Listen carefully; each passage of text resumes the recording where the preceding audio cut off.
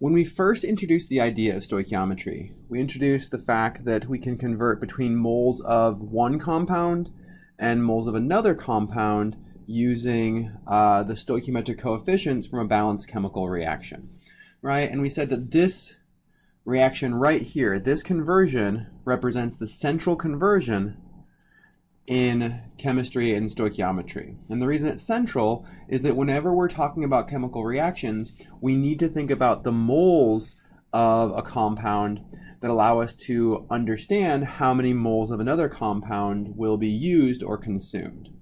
But we also said that this conversion is only useful if you can measure moles, and we can't measure moles.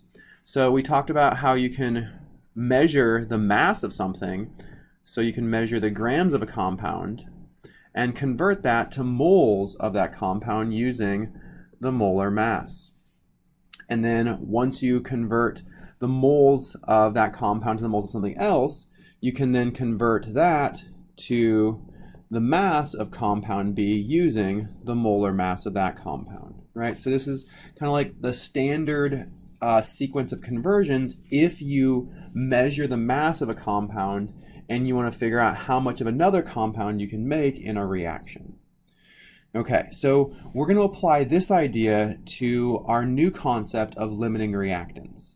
Okay, so just as a quick reminder, the idea of limiting reactants is that when you mix together two compounds, let's say we have 2A plus B becoming C, right? If we mix together A and B, one of them is going to run out first, and that's going to limit the amount of our product that we can make.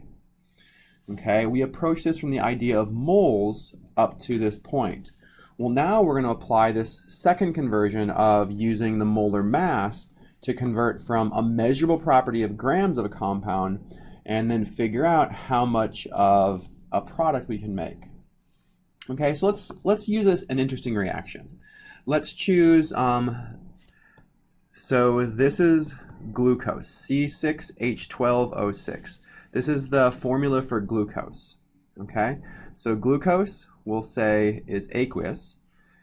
It can react with oxygen as a gas, and in this reaction, we produce carbon dioxide and we produce water, right? So this is a standard combustion reaction, okay? And if we are told that we have 10 grams of glucose, and we have, let's say, 2 grams of oxygen, are we able to figure out how much carbon dioxide will be made?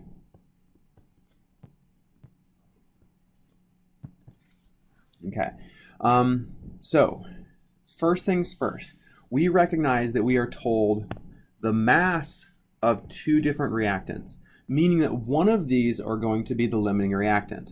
One of them will limit how much carbon dioxide we can produce.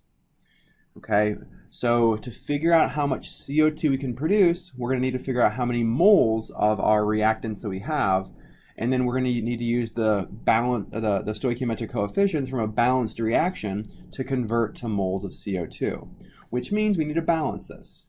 Okay, so using the approaches you've learned already, you'd be able to figure out that we need a coefficient of 6 in front of each of these gases and 1 in front of glucose. Okay? Once you've done that, we're able to use this information to figure out how much CO2. Okay, so let's take this in 2 steps just like we saw in the previous video. Okay, in the first step, I want to start with 10 grams of glucose. And we're going to convert this all the way over to grams of carbon dioxide. In the second step, I'm going to do the same thing, except I'm going to start with 2 grams of oxygen. Okay?